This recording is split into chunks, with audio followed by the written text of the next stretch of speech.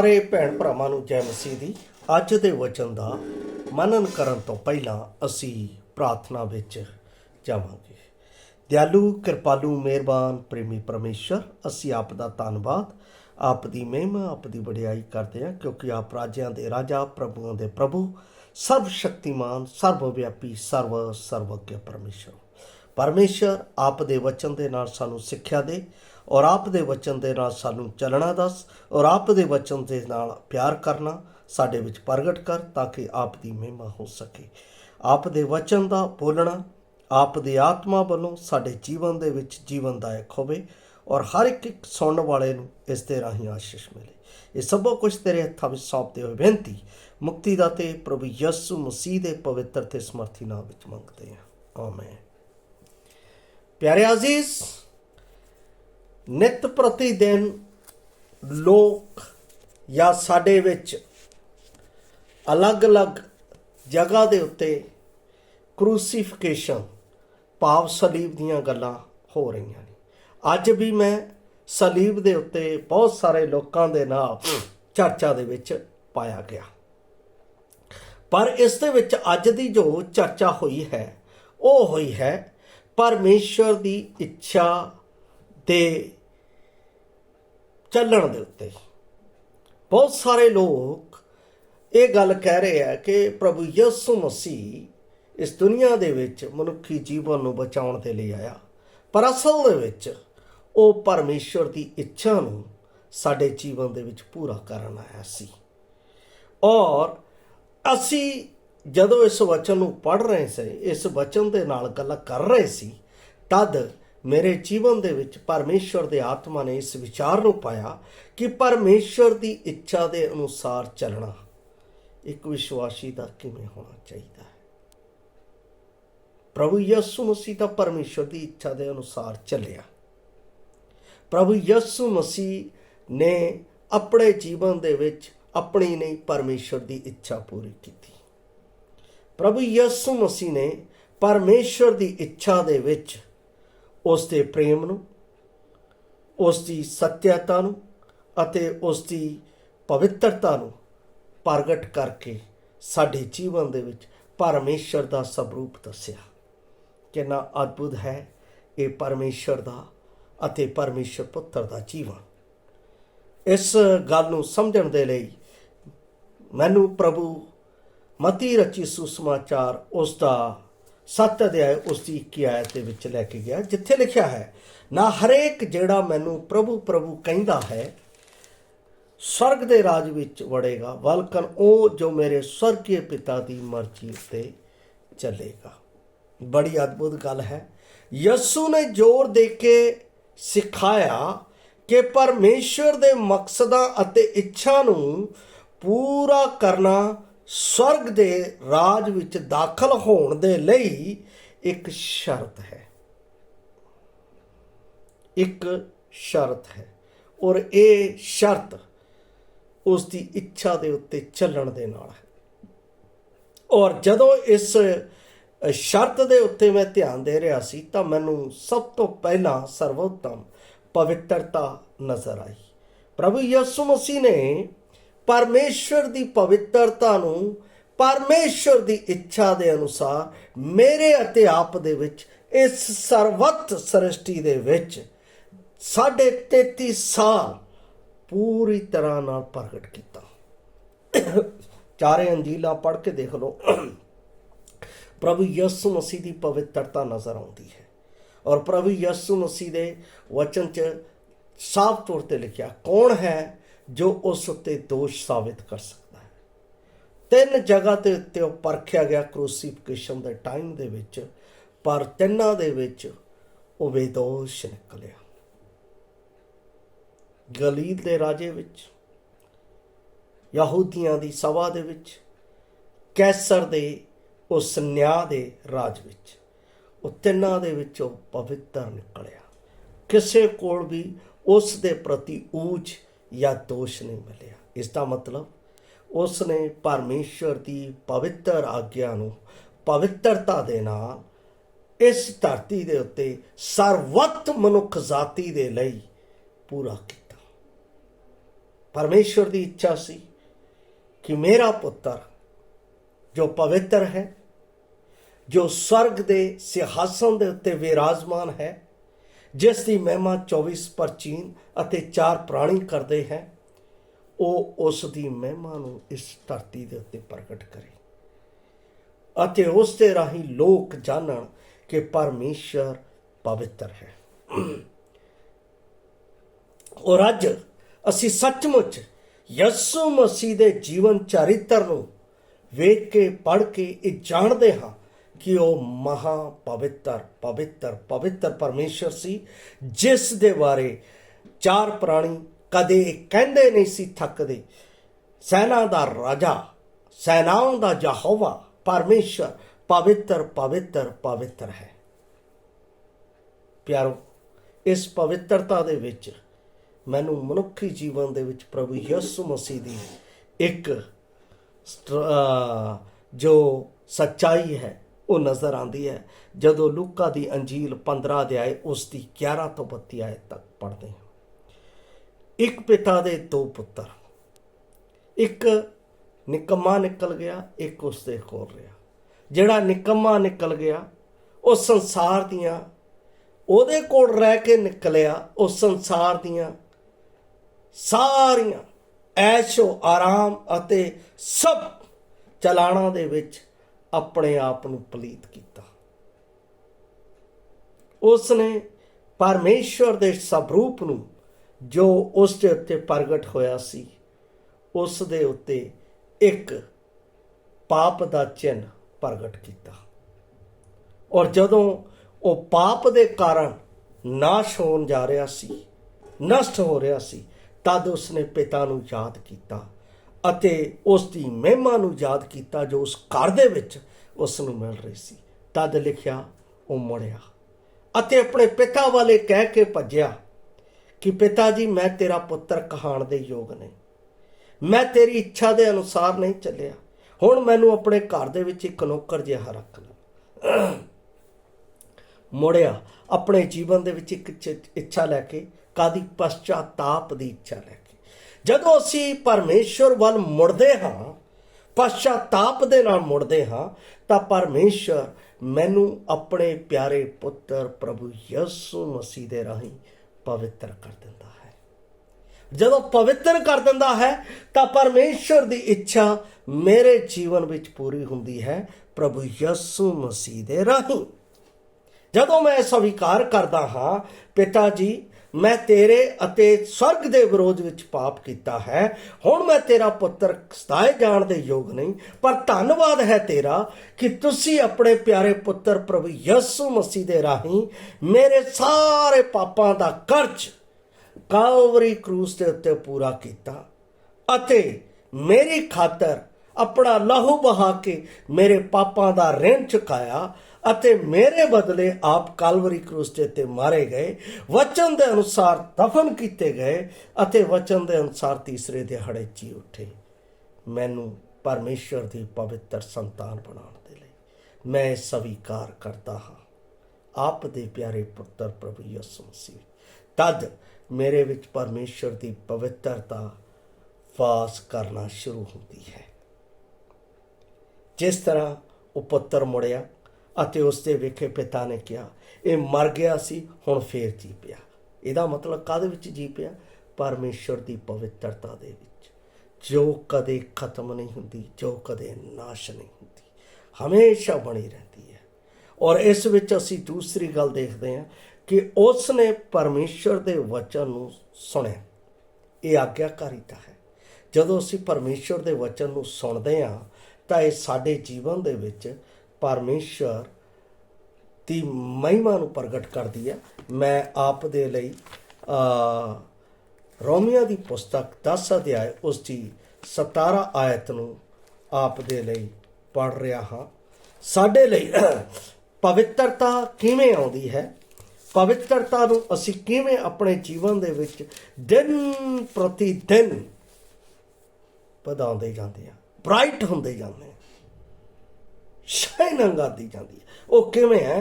कहंदा सो प्रतीत सुनना अते सुनना मसीह दे वचन तो आउंदा है। ਜਦੋਂ ਅਸੀਂ ਇਸ ਵਚਨ ਨੂੰ ਪੜ੍ਹਦੇ ਹਾਂ, ਇਸ ਵਚਨ ਦੇ ਉੱਤੇ ਅਸੀਂ ਧਿਆਨ ਲਾਉਂਦੇ ਹਾਂ, ਇਸ ਵਚਨ ਦੇ ਉੱਤੇ ਰਿਆਜ਼ ਕਰਦੇ ਹਾਂ, ਤਦ ਸਾਡੇ ਵਿੱਚ ਪਵਿੱਤਰਤਾ ਆਉਂਦੀ ਹੈ। ਔਰ ਇਹ ਪਵਿੱਤਰਤਾ ਸਾਡੇ ਜੀਵਨ ਦੇ ਵਿੱਚ ਪਰਮੇਸ਼ਰ ਦੀ ਆਸ਼ੀਸ਼ ਨੂੰ ਪ੍ਰਗਟ ਕਰਦੀ ਹੈ। ਪਰ ਜੇ ਅਸੀਂ ਮਸੀਹ ਵਿੱਚ ਹਾਂ, ਉਸ ਦੀ ਆਗਿਆ ਨੂੰ ਪੂਰਾ ਨਹੀਂ ਕਰਦੇ, ਤਾਂ ਅਸੀਂ ਉਸ ਧਨੀ ਵਿਅਕਤੀ ਦੀ ਤਰ੍ਹਾਂ ਹਾਂ ਜਿਸ ਨੇ ਪਰਮੇਸ਼ਰ ਦੇ ਅੱਗੇ ਇਹ ਗੱਲ ਤਾਂ ਕਹੀ ਕਿ ਮੈਂ ਪਰਮੇਸ਼ਰ ਦੇ ਵਚਨ ਨੂੰ ਪੜ੍ਹਦਾ ਹਾਂ, ਮੈਂ ਪਰਮੇਸ਼ਰ ਦੇ ਵਚਨ ਦੀ ਆਗਿਆ ਨੂੰ ਪੂਰਾ ਕਰਦਾ ਹਾਂ, ਮੈਂ ਪਰਮੇਸ਼ਰ ਦੇ ਵਚਨ ਦੇ ਅਨੁਸਾਰ ਦਾਨ ਦਿੰਦਾ ਹਾਂ। ਪਰ ਜਦੋਂ ਪ੍ਰਭੂ ਯਿਸੂ ਮਸੀਹ ਨੇ ਕਿਹਾ ਮੇਰੇ ਪਿੱਛੇ ਹੋ ਲੈ, ਤਦ ਉਹ ਮਾਯੂਸ ਹੋ ਕੇ ਵਾਪਸ ਚਲਾ ਗਿਆ। ਇਹਦਾ ਮਤਲਬ ਪ੍ਰਭੂ ਯਿਸੂ ਮਸੀਹ ਦੇ ਵਚਨ ਤੇ ਚੱਲਣ ਦੇ ਨਾਲ, ਪ੍ਰਭੂ ਯਿਸੂ ਮਸੀਹ ਦੇ ਵਚਨ ਦੀ ਆਵਾਜ਼ ਸੁਣਨ ਦੇ ਨਾਲ ਮੈਂ ਦਿਨ ਪ੍ਰਤੀ ਦਿਨ ਪਵਿੱਤਰਤਾ ਦੇ ਵਿੱਚ ਵਾਧਾ ਜਾਂਦਾ ਹਾਂ। ਇਹ ਗੱਲ ਬੜੀ ਸਾਫ਼ ਅਤੇ ਸਪਸ਼ਟ ਹੈ। ਇਸ ਗੱਲ ਨੂੰ ਮੈਂ ਆਪ ਦੇ ਲਈ ਜਦੋਂ ਯਾਕੂਬ ਦੀ ਪੁਸਤਕ ਉਸ ਦੀ 1 ਅਧਿਆਏ ਉਸ ਦੀ 22 ਆਇਤ ਦੇ ਉੱਤੇ ਆਪ ਦੇ ਨਾਲ ਮੈਂ ਗੱਲ ਕਰਨ ਜਾ ਰਿਹਾ ਹਾਂ। ਇਹ ਬਹੁਤ ਹੀ ਧਿਆਨ ਦੇਣ ਯੋਗ ਗੱਲ ਹੈ। ਇੱਥੇ ਲਿਖਿਆ ਹੈ, ਪਰ ਵਚਨ ਉੱਤੇ ਅਮਲ ਕਰਨ ਵਾਲਾ ਹੋਵੇ ਅਤੇ ਆਪਣੇ ਆਪ ਨੂੰ ਧੋਖਾ ਦੇ ਕੇ ਮੇਰੇ ਸੁਣਨ ਵਾਲੇ ਹੀ ਨਾ ਹੋਵੋ, ਕਿਉਂਕਿ ਜੋ ਕੋਈ ਵਚਨ ਸੁਣਨ ਵਾਲਾ ਹੈ ਅਤੇ ਉਸ ਉੱਤੇ ਅਮਲ ਕਰਨ ਵਾਲਾ ਨਹੀਂ, ਤਾਂ ਉਹ ਮਨੁੱਖ ਉਸ ਵਰਗਾ ਹੈ ਜਿਹੜਾ ਆਪਣੇ ਅਸਲੀ ਸਵਰੂਪ ਨੂੰ ਸ਼ੀਸ਼ੇ ਵਿੱਚ ਵੇਖਦਾ ਹੈ। ਇਸ ਲਈ ਅਸੀਂ ਵਚਨ ਨੂੰ ਆਪਣੇ ਜੀਵਨ ਦੇ ਵਿੱਚ ਖਾਲੀ ਸੁਣਨ ਵਾਲੇ ਨਾ ਬਣੀਏ, ਬਲਕਿ ਉਸ ਉੱਤੇ ਅਮਲ ਕਰਕੇ ਉਸ ਦੇ ਨਾਲ ਚੱਲਣ ਵਾਲੇ ਬਣੀਏ। ਤਦ ਸਾਡੇ ਵਿੱਚ ਪਰਮੇਸ਼ਰ ਦੀ ਪਵਿੱਤਰਤਾ ਦੀ ਇੱਛਾ ਦਿਨ ਪ੍ਰਤੀ ਦਿਨ ਪੂਰੀ ਹੁੰਦੀ ਹੈ। ਸੈਕੰਡਲੀ, ਅਸੀਂ ਪਰਮੇਸ਼ਰ ਦੀ ਇੱਛਾ ਦੇ ਵਿੱਚ ਦੇਖਦੇ ਹਾਂ, ਪਰਮੇਸ਼ਰ ਮੰਗ ਕਰਦਾ ਹੈ ਆਗਿਆਕਾਰੀਤਾ ਦੀ। ਜਿਹੜਾ ਪਰਮੇਸ਼ਰ ਦੀ ਇੱਛਾ ਨੂੰ ਪੂਰਾ ਕਰਨਾ ਚਾਹੁੰਦਾ ਹੈ, ਜ਼ਰੂਰੀ ਹੈ ਕਿ ਉਹ ਆਗਿਆਕਾਰੀ ਹੋਵੇ, ਉਸ ਦੇ ਵਚਨ ਦੇ ਪ੍ਰਤੀ ਆਗਿਆਕਾਰੀ ਹੋਵੇ, ਉਸ ਦੇ ਕਾਰਜਾਂ ਦੇ ਪ੍ਰਤੀ ਆਗਿਆਕਾਰੀ ਹੋਵੇ, ਉਸ ਦੇ ਪ੍ਰੇਮ ਵੰਡਣ ਦੇ ਪ੍ਰਤੀ ਆਗਿਆਕਾਰੀ ਹੋਵੇ, ਕਿਉਂਕਿ ਇਹ ਪਰਮੇਸ਼ਰ ਚਾਹੁੰਦਾ ਹੈ, ਇਹ ਪਰਮੇਸ਼ਰ ਦੀ ਮੰਗ ਹੈ। ਇਸ ਨੂੰ ਅਸੀਂ ਯਹੋਨਾ ਦੀ ਅੰਜੀਲ 15 ਅਧਿਆਏ ਉਸ ਦੀ 14 ਆਇਤ ਦੇ ਵਿੱਚ ਮੈਂ ਆਪ ਦੇ ਲਈ ਪੜ੍ਹ ਰਿਹਾ। ਯਹੋਨਾ ਦੀ ਅੰਜੀਲ 15 ਅਧਿਆਏ ਉਸ ਦੀ 14 ਆਇਤ ਦੇ ਵਿੱਚ ਇਸ ਤਰ੍ਹਾਂ ਲਿਖਿਆ ਹੈ, ਉਹ ਮੇਰੀ ਜੇ ਤੁਸੀਂ ਉਹ ਕੰਮ ਕਰੋ ਜਿਨ੍ਹਾਂ ਦਾ ਮੈਂ ਤੁਹਾਨੂੰ ਹੁਕਮ ਦਿੰਦਾ, ਜਿਨ੍ਹਾਂ ਦੀ ਮੈਂ ਤੁਹਾਨੂੰ ਆਗਿਆ ਦਿੰਦਾ ਹਾਂ, ਤਾਂ ਤੁਸੀਂ ਮੇਰੇ ਮਿੱਤਰ ਹੋ, ਤਾਂ ਤੁਸੀਂ ਮੇਰੇ ਵਿੱਚ ਪਰਮੇਸ਼ਰ ਦੀ ਇੱਛਾ ਪੂਰੀ ਕਰਨ ਵਾਲੇ ਹੋ। ਔਰ ਜੋ ਕਿਸੇ ਦੀ ਆਗਿਆ ਦਾ ਹੀ ਪਾਲਨ ਕਰਦਾ ਹੈ, ਉਹ ਸੱਚਮੁੱਚ ਉਹਦਾ ਮਿੱਤਰ ਹੈ। ਮੂਸਾ ਨੇ, ਅਬਰਾਹਮ ਨੇ ਪਰਮੇਸ਼ਰ ਦੇ ਹੁਕਮ ਨੂੰ ਆਪਣੇ ਜੀਵਨ ਵਿੱਚ ਪੂਰਾ ਕੀਤਾ ਤਾਂ ਪਰਮੇਸ਼ਰ ਦਾ ਮਿੱਤਰ ਸਦਾਇਆ। ਦਾਊਦ ਨੇ ਵੀ ਪਰਮੇਸ਼ਰ ਦੀ ਆਗਿਆ ਨੂੰ ਆਪਣੇ ਜੀਵਨ ਦੇ ਵਿੱਚ ਪੂਰਾ ਕੀਤਾ, ਉਹ ਸੱਚਮੁੱਚ ਪਰਮੇਸ਼ਰ ਦੀ ਮਿੱਤਰਤਾ ਦੇ ਵਿੱਚ ਗਿਣਿਆ ਗਿਆ। ਔਰ ਮੂਸਾ ਨੇ ਵੀ ਜਦੋਂ ਪਰਮੇਸ਼ਰ ਦੇ ਹੁਕਮ ਦੀ ਪਾਲਣਾ ਕੀਤੀ ਤਾਂ ਲਿਖਿਆ ਉਹ ਉਹਦੇ ਮਨ ਦੇ ਅਨੁਸਾਰ ਸੀ। ਪਰਮੇਸ਼ਰ ਮੇਰੇ ਅਤੇ ਆਪ ਦੇ ਜੀਵਨ ਦੇ ਵਿੱਚ ਉਸ ਦੀ ਇੱਛਾ ਨੂੰ ਪੂਰਾ ਕਰਨ ਦੇ ਲਈ ਆਗਿਆਕਾਰੀ ਹੋਣਾ ਜ਼ਰੂਰ ਮੰਗਦਾ ਹੈ। ਇਸ ਦੇ ਵਿੱਚ ਮੈਂ ਵਚਨ ਪੜ੍ਹਾਂਗਾ ਯਾਕੂਬ ਦੀ ਪੁਸਤਕ 5 ਅਧਿਆਏ ਉਸ ਦੀ 24 ਅਤੇ 30 ਆਇਤ ਨੂੰ ਮੈਂ ਆਪ ਦੇ ਲਈ ਪੜ੍ਹ ਰਿਹਾ ਹਾਂ। ਯਾਕੂਬ ਦੀ ਪੁਸਤਕ ਉਸ ਦਾ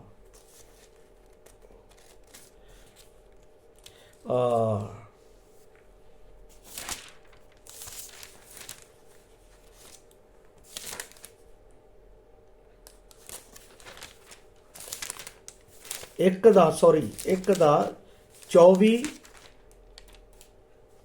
ਅਤੇ 30 ਆਇਤ ਹੈ। ਇੱਕ ਦਾ 24 ਅਤੇ 30 ਆਇਤ। ਕਿਉਂ ਜੋ ਉਹ ਆਪਣੇ ਆਪ ਨੂੰ ਵੇਖ ਕੇ ਚਲਿਆ ਗਿਆ ਅਤੇ ਉਸ ਵੇਲੇ ਭੁੱਲ ਗਿਆ ਉਹ ਕਿਹੋ ਜਿਹਾ ਹੈ, ਅਤੇ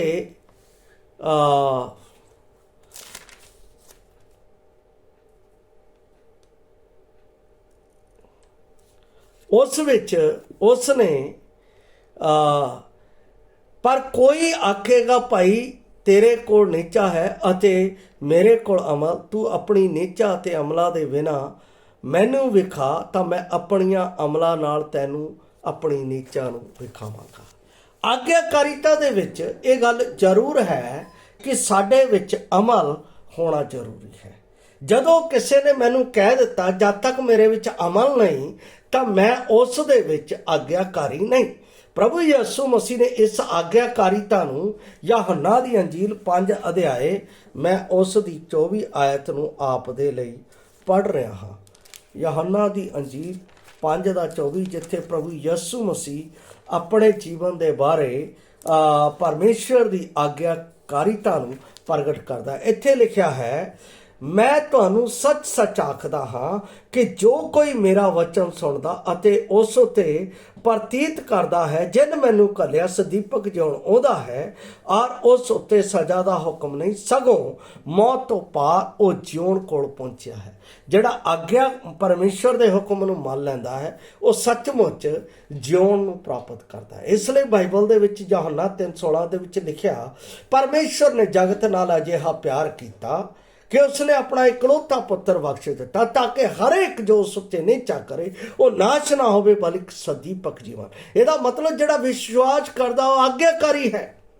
ਜਿਹੜਾ ਵਿਸ਼ਵਾਸ ਕਰਕੇ ਆਪਣੇ ਜੀਵਨ ਦੇ ਵਿੱਚ ਅਮਲ ਕਰਦਾ ਹੈ, ਤੌਬਾ ਕਰਦਾ ਹੈ, ਉਹ ਸੱਚਮੁੱਚ ਪਰਮੇਸ਼ਰ ਦਾ ਪੁੱਤਰ ਬਣ ਜਾਂਦਾ ਹੈ। ਜਿਹੜਾ ਪੁੱਤਰ ਬਣ ਜਾਂਦਾ ਹੈ ਉਹ ਸਦਾ ਦੇ ਜੀਵਨ ਦਾ ਅਧਿਕਾਰੀ ਬਣ ਜਾਂਦਾ ਹੈ। ਮੇਰੇ ਪਿਆਰੇ ਅਸੀਸ, ਪ੍ਰਭੂ ਯਿਸੂ ਮਸੀਹ ਆਗਿਆਕਾਰੀਤਾ ਦੇ ਵਿੱਚ ਮੇਰੇ ਅਤੇ ਆਪ ਦੇ ਨਾਲ ਇਹ ਗੱਲ ਕਰਦਾ ਹੈ ਕਿ ਅਸੀਂ ਉਸ ਦੀ ਆਗਿਆਕਾਰੀਤਾ ਦੇ ਵਿੱਚ ਉਸ ਦੀ ਮਹਿਮਾ ਕਰੀਏ। 30 ਆਇਤ ਦੇ ਵਿੱਚ ਕਹਿੰਦਾ ਹੈ ਇਸੇ ਦਾ, ਕਹਿੰਦਾ ਮੈਂ ਆਪ ਤੋਂ ਕੁਝ ਨਹੀਂ ਕਰ ਸਕਦਾ, ਜਿਹਾ ਮੈਂ ਸੁਣਦਾ ਹਾਂ ਤਿਹਾ ਹੀ ਨਿਆਂ ਕਰਦਾ ਹਾਂ ਔਰ ਮੇਰਾ ਨਿਆਂ ਸੱਚਾ ਹੈ ਕਿਉਂਕਿ ਮੈਂ ਆਪਣੀ ਮਰਜ਼ੀ ਨਹੀਂ ਪਾਲਦਾ ਪਰ ਉਹਦੀ ਮਰਜ਼ੀ ਪਾਲਦਾ ਹਾਂ ਜਿਨ ਮੈਨੂੰ ਘੱਲਿਆ। ਕਦੇ ਵੀ ਆਪਣੇ ਜੀਵਨ ਦੇ ਵਿੱਚ ਇਹ ਨਾ ਆਖੋ ਮੇਰੀ ਇੱਛਾ ਇਹ ਹੈ, ਇਹ ਆਖੋ ਕਿ ਮੇਰੇ ਜੀਵਨ ਵਿੱਚ ਪਰਮੇਸ਼ਰ ਦੀ ਇੱਛਾ ਉਹਦੇ ਵਚਨ ਦੇ ਨਾਲ ਇਹ ਹੈ। ਤਦ ਪਰਮੇਸ਼ਰ ਦੀ ਇੱਛਾ ਆਪ ਦੇ ਜੀਵਨ ਦੇ ਵਿੱਚ ਪਰਮੇਸ਼ਰ ਦੀ ਆਗਿਆਕਾਰੀਤਾ ਦੇ ਵਿੱਚ ਉਹਦੇ ਪ੍ਰੇਮ ਦੇ ਨਾਲ ਪ੍ਰਗਟ ਹੁੰਦੀ ਹੈ। ਇਹ ਅਦਭੁਤ ਹੈ। ਔਰ ਅੰਤਿਮ ਗੱਲ ਦੇ ਵਿੱਚ ਜਾਣਾ ਹਾਂ, ਆਗਿਆਕਾਰੀਤਾ ਦੇ ਵਿੱਚ ਜਦੋਂ ਅਸੀਂ ਆਗਿਆ ਨੂੰ ਪੂਰਾ ਕਰਦੇ ਹਾਂ ਤਾਂ ਉਸ ਦੇ ਵਿੱਚ ਪ੍ਰੇਮ ਪ੍ਰਗਟ ਹੁੰਦਾ ਹੈ। ਔਰ ਪ੍ਰੇਮ ਜਦੋਂ ਪ੍ਰਗਟ ਹੁੰਦਾ ਹੈ ਤਾਂ ਅਸੀਂ 15 ਦੇ 12 ਨੂੰ ਪੜ੍ਹਦੇ ਹਾਂ। ਯਹੋਨਾ 15 ਦੇ 12 ਦੇ ਵਿੱਚ ਪਰਮੇਸ਼ਰ ਦੀ ਇੱਛਾ ਦੇ ਨਿਮਿਤ ਇੱਥੇ 15 ਦੇ 12 ਵਿੱਚ ਲਿਖਿਆ, ਮੇਰਾ ਹੁਕਮ ਇਹ ਹੈ ਭਾਈ ਤੁਸੀਂ ਇੱਕ ਦੂਏ ਨਾਲ ਪਿਆਰ ਕਰੋ ਜਿਵੇਂ ਮੈਂ ਤੁਹਾਡੇ ਨਾਲ ਕੀਤਾ। ਪਰਮੇਸ਼ਰ ਦੀ ਇੱਛਾ ਇਹੋ ਹੈ ਕਿ ਅਸੀਂ ਵਿਸ਼ਵਾਸ ਕਰਕੇ ਉਹਦੇ ਵਿੱਚ ਇੱਕ ਦੂਸਰੇ ਨਾਲ ਭਰਾਪਣ ਦਾ ਪਿਆਰ ਕਰੀਏ, ਨਫ਼ਰਤ ਨਾ ਕਰੀਏ। ਕਈ ਵਾਰ ਕਲੀਸਿਆ ਦੇ ਵਿੱਚ ਇੱਕ ਦੂਜੇ ਨਾਲ ਅਸੀਂ ਬੈਠਦੇ ਹਾਂ, ਗੱਲ ਨਹੀਂ ਕਰਦੇ। ਕਈ ਵਾਰ ਅਸੀਂ ਕਲੀਸਿਆ 'ਚ ਬੈਠਦੇ ਹਾਂ, ਲੈ ਇਹਨੇ ਮੇਰੇ ਨਾਲ ਬੁਰਾ ਕੀਤਾ, ਮੈਂ ਤਾਂ ਇਹਦੇ ਕੋਲ ਜਾਣਾ ਨਹੀਂ, ਮੈਂ ਤਾਂ ਇਹਦੇ ਨਾਲ ਗੱਲ ਕਰਨੀ ਨਹੀਂ, ਮੈਂ ਤਾਂ ਉੱਥੇ ਰੁਕ ਜਾਣਾ। ਪਿਆਰੋ, ਮੈਂ ਅਤੇ ਆਪਨੇ ਜਾਣਦੇ ਹੋ ਪਰਮੇਸ਼ਰ ਦੇ ਨਾਲ ਕਿਹੋ ਜਿਹਾ ਵਿਆਹ ਕੀਤਾ, ਕਿਹੋ ਜਿਹਾ ਅਸੀਂ ਜਿਉਂਦੇ ਪਰਮੇਸ਼ਰ ਨੂੰ ਛੱਡ ਕੇ ਇਸ ਸੰਸਾਰ ਦੇ ਈਸ਼ਵਰਾਂ ਨਾਲ ਪਿਆਰ ਕਰਦੇ ਸੀ ਤਾਂ ਕਿੰਨਾ ਵੱਡਾ ਕ੍ਰੋਧ ਸੀ ਪਰਮੇਸ਼ਰ ਦਾ। ਪਰ ਉਸ ਕ੍ਰੋਧ ਨੂੰ ਵੀ ਉਸਨੇ ਕਾਲਵਰੀ ਕਰੂਸ ਦੇ ਉੱਤੇ ਮੇਰੇ ਲਈ ਝੱਲਿਆ ਇਸ ਧਰਤੀ ਦੇ ਵਿੱਚ ਆ ਕੇ। ਪਿਆਰ ਇਹ ਹੈ ਕਿ ਜਿਹੜਾ ਮੈਨੂੰ ਨਫ਼ਰਤ ਕਰਦਾ ਹੈ, ਜਿਹਨੇ ਮੇਰੇ ਨਾਲ ਬੁਰਾਈ ਕੀਤੀ ਹੈ, ਜਿਹਨੇ ਮੇਰੇ ਲਈ ਖੱਡਾ ਖੋਦਿਆ ਹੈ, ਮੈਂ ਉਹਦੇ ਨਾਲ ਜਾ ਕੇ ਪਰਮੇਸ਼ਰ ਦੇ ਭਰਾਪਣ ਦੇ ਪਿਆਰ ਨੂੰ ਉਸ ਦੇ ਵਿੱਚ ਪ੍ਰਗਟ ਕਰਾਂ। ਪਿਆਰ ਪ੍ਰਭੂ ਯਿਸੂ ਮਸੀਹ ਨੇ ਇੱਕ ਹੋਰ ਹੁਕਮ ਦਿੱਤਾ ਜਦੋਂ ਅਸੀਂ ਯਹੋਨਾ 13 ਅਧਿਆਇ 34 ਆਇਤ ਅਤੇ 35 ਆਇਤ ਪੜ੍ਹਦੇ ਹਾਂ। ਕਹਿੰਦਾ ਹੈ, ਮੈਂ ਤੁਹਾਨੂੰ ਇੱਕ ਨਵਾਂ ਹੁਕਮ ਦਿੰਦਾ ਕਿ ਤੁਸੀਂ ਇੱਕ ਦੂਜੇ ਨਾਲ ਪਿਆਰ ਕਰੋ। ਪਰਮੇਸ਼ਰ ਦਾ ਹੁਕਮ ਹੈ ਕਿ ਅਸੀਂ ਅਸੈਂਬਲੀ ਦੇ ਵਿੱਚ ਸਭ ਤੋਂ ਪਹਿਲਾਂ ਆਪਣੇ ਭੈਣ ਭਰਾਵਾਂ ਦੇ ਨਾਲ ਪ੍ਰਗਾੜਤਾ ਦਾ ਪਿਆਰ ਕਰੀਏ। ਦੂਸਰਾ ਉਹ ਕਹਿੰਦਾ ਹੈ ਕਿ ਅਸੀਂ ਆਪਣੇ ਭੈਣ ਭਰਾਵਾਂ ਤੋਂ ਵੱਧ ਕੇ ਬਾਹਰ ਦੁਨੀਆ ਦੇ ਵਿੱਚ ਪਰਮੇਸ਼ਰ ਦੇ ਪ੍ਰੇਮ ਨੂੰ ਆਪਣੇ ਜੀਵਨ ਵਿੱਚ ਪ੍ਰਗਟ ਕਰੀਏ। ਜੇ ਅਸੀਂ ਇਹ ਨਹੀਂ ਕਰ ਰਹੇ ਹਾਂ ਤਾਂ ਅਸੀਂ ਪਰਮੇਸ਼ਰ ਦੀ ਮਰਜ਼ੀ ਆਪਣੇ ਜੀਵਨ ਵਿੱਚ ਪੂਰੀ ਨਹੀਂ ਕਰ ਰਹੇ ਜੋ ਉਸਨੇ ਕਾਲਵਰੀ ਕਰੂਸ ਦੇ ਉੱਤੇ ਮੈਨੂੰ ਬਚਾਉਣ ਦੇ ਲਈ ਪੂਰੀ ਕੀਤੀ ਹੈ। ਇਸ ਲਈ ਅਸੀਂ ਪਰਮੇਸ਼ਵਰ ਦੀ ਮਰਜ਼ੀ ਦੇ ਨਾਲ ਚੱਲੀਏ। ਜਿਸ ਤਰ੍ਹਾਂ ਅਸੀਂ ਮਤੀ ਦੀ ਅੰਜੀਲ ਉਸ ਦਾ 7 ਅਧਿਆਇ ਉਸ ਦੀ 21 ਆਇਤ ਦੇ ਵਿੱਚ ਪੜ੍ਹਿਆ, ਨਾ ਹਰੇਕ ਜੋ ਮੈਨੂੰ ਪ੍ਰਭੂ ਪ੍ਰਭੂ ਕਹਿੰਦਾ ਹੈ ਸਵਰਗ ਦੇ ਰਾਜ ਵਿੱਚ ਵੜੇਗਾ, ਬਲਕਿ ਉਹ ਜੋ ਸਵਰਗੀ ਪਿਤਾ ਦੀ ਮਰਜ਼ੀ ਦੇ ਅਨੁਸਾਰ ਚੱਲਦਾ ਹੈ। ਇਸ ਲਈ ਪ੍ਰਾਰਥਨਾ ਕਰੋ, ਪ੍ਰਭੂ ਮੈਨੂੰ ਆਪ ਦੀ ਮਰਜ਼ੀ ਦੇ ਅਨੁਸਾਰ ਜੀਵਨ ਜੀਣ ਦੇ ਲਈ ਮਦਦ ਕਰ, ਤਾਂ ਕਿ ਜਦੋਂ ਤੂੰ ਆਵੇਂ ਮੈਂ ਤੇਰੇ ਨਾਲ ਬੱਦਲਾਂ ਦੇ ਉੱਤੇ ਤੇਰੇ ਰਾਜ ਵਿੱਚ ਪਾਇਆ ਜਾਵਾਂ। ਪ੍ਰਭੂ ਮੈਨੂੰ ਅਤੇ ਆਪ ਨੂੰ ਅਜਿਹਾ ਕਰਨ ਦੇ ਲਈ ਮਦਦ ਕਰੇ। ਮੈਂ ਇਸ ਗੱਲ ਨੂੰ ਸਵੀਕਾਰ ਕਰ ਲਿਆ ਹੈ ਔਰ ਮੈਨੂੰ ਯਕੀਨ ਹੈ ਕਿ ਇੱਕ ਦਿਨ ਮੈਂ ਉਸ ਦੇ ਨਾਲ ਹੋਵਾਂਗਾ। ਪਰ ਤੁਸੀਂ ਆਪਣੇ ਆਪ ਨੂੰ ਜਾਂਚਦੇ ਪਰਖਦੇ ਹੋਏ ਇਸ ਗੱਲ ਦੇ ਲਈ ਪ੍ਰਾਰਥਨਾ ਕਰੋ ਕਿ ਅਸੀਂ ਉਸ ਦੇ ਨਾਲ ਬੱਦਲਾਂ ਦੇ ਉੱਤੇ ਪਾਏ ਜਾਈਏ। ਪ੍ਰਭੂ ਆਪ ਨੂੰ ਇਸ ਵਚਨ ਦੇ ਨਾਲ ਆਸ਼ੀਸ਼ ਦੇਵੇ। ਜੈ ਮਸੀਹ ਦੀ ਮਹਾਰਾਜ।